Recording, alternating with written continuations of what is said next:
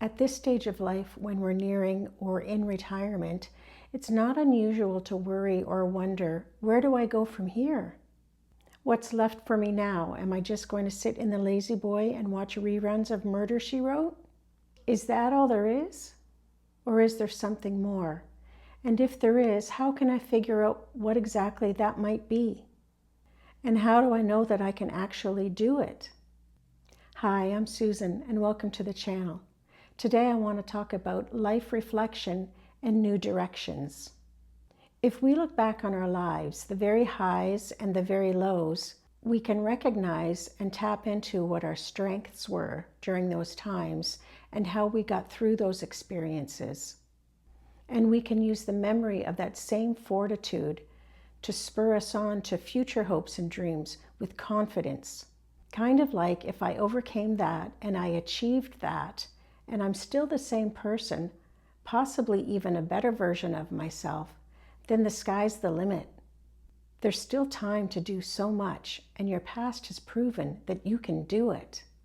As we get older, we have more time for reflection and review. Life is slower, we have less people needing our energy and our time, and we have more years to look back upon. We have more data to analyze. To get us started, I'll use my early life as an example. I was born in the mid-60s. Most of my childhood memories are from the 70s. We lived about a mile away from a small town with a population of about 500 people. We were surrounded by farms on either side of us, although we didn't have a farm per se. We had some horses, some gardens, but it wasn't a farm. The foundation of everything I learned about life and living began in this place. And we didn't have an overload of global images bombarding us like kids do today. Our world was very small, but it wasn't without issue. Without going into too many details, because we all have our stories, like so many families at that time, alcohol addiction did live in our home. These issues were not discussed. In fact, great lengths were taken to hide any family problems. As a child, I believed that no one else around us was aware of our issues. I now know that they were, but it was just the social norm not to say anything. Anyway, my point is this was a tumultuous beginning for my 3 siblings and I.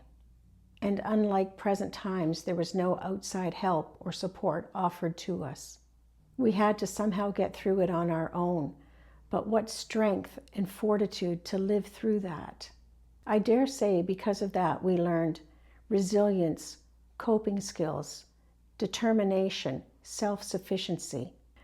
Don't get me wrong, none of us are without our scars, but when I look back, I feel very proud for us that we overcame such a tumultuous childhood and that we believed we could create something better for ourselves. If you look back to your childhood, what lessons did you learn? What did you overcome? Whether you had a happy childhood or one that wasn't so happy, what strengths and characteristics were formed in you? Are you one of those people who likes to look back on your life? Or is it all that you can do just to focus on today, this one day? For some of us, looking back doesn't evoke fond memories. And for some of us, we don't like to look ahead because we're afraid that our best days are behind us. There are also those who never look back thinking, well, that's done and over with. On the other hand, there are those that are never present because they're constantly living in the past. Reflections and the emotions that are drawn out from that reflection can be tricky. It's complicated for a lot of us, but it is one of the most useful ways that we can take the strengths from our past and use the memory of it to achieve what we want in the future. Here's another example from my story. In a previous video, I explained that I work in IT, information technology, and that I have for almost 40 years. Several years ago, when I was 46, the company that I had been working for 13 years closed. It had been the best job that I had to date. Excellent pay and benefits, a great company atmosphere, lots of room for career education and advancement.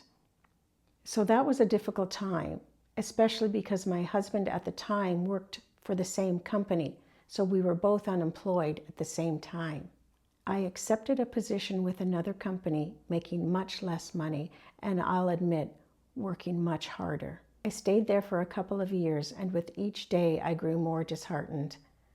I did get another job working out of town, but it wasn't much better. Fast forward to when I was 52, and at that time I was going through some very intense marital issues.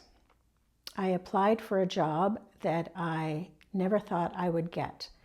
I'm surprised I even applied for the job because at the time I didn't want to invite even more disappointment in my life. But I applied for the job, and wouldn't you know it, I was the chosen applicant. The position is computer technician with our local school board, and I troubleshoot and support education staff and their students with their technology devices. The thing is, I was the first female computer technician that the school board ever hired, and I was 52 at the time. It may not sound like much to anyone else, but it gave me the strength and encouragement and validation that I really needed to get through a very difficult time. It also confirmed that even though our life may be broken and we may be struggling in some areas, we're still capable of so much. Recalling high times reinforces what we have achieved, that we do have value, that we can succeed in what we endeavor. Were there times in your life when you were really proud of what you achieved? Graduation, special awards, getting that job you really wanted? Draw upon those times and gather up that sense of accomplishment and wrap it around you like a big hug. It's not being full of yourself. It's taking pleasure in the rewards of your strength and your courage. Life is constantly evolving, and so are we. We're growing into the best version of ourselves, the one that can reflect with softer eyes upon our lives, with a sense of gratitude and grace. We are who we are today because of each joy and hardship, and the strength and the resilience that we gathered up to get through those times. With that reflection comes the understanding that life really is about embracing the journey, the part that's behind us and the part that still is ahead of us. Every stage in life has its own value, its own lessons, its own revelations. And the strength that we learned from those lessons comes with us from our earliest days to today and each new day as we move forward. Treasure your experiences, past and present, and recognize what you have overcome. Be so proud of yourself for what you have achieved. Thank you for spending this time with me. I'm so glad that you did. Please like and subscribe so that I can grow my channel. And let me know in the comments if this topic resonated with you. Do you think we can gain strength from looking back to fuel us to move forward? Until next time, stay positive. And remember, there's still time to do so much, and your past has proven that you can do it.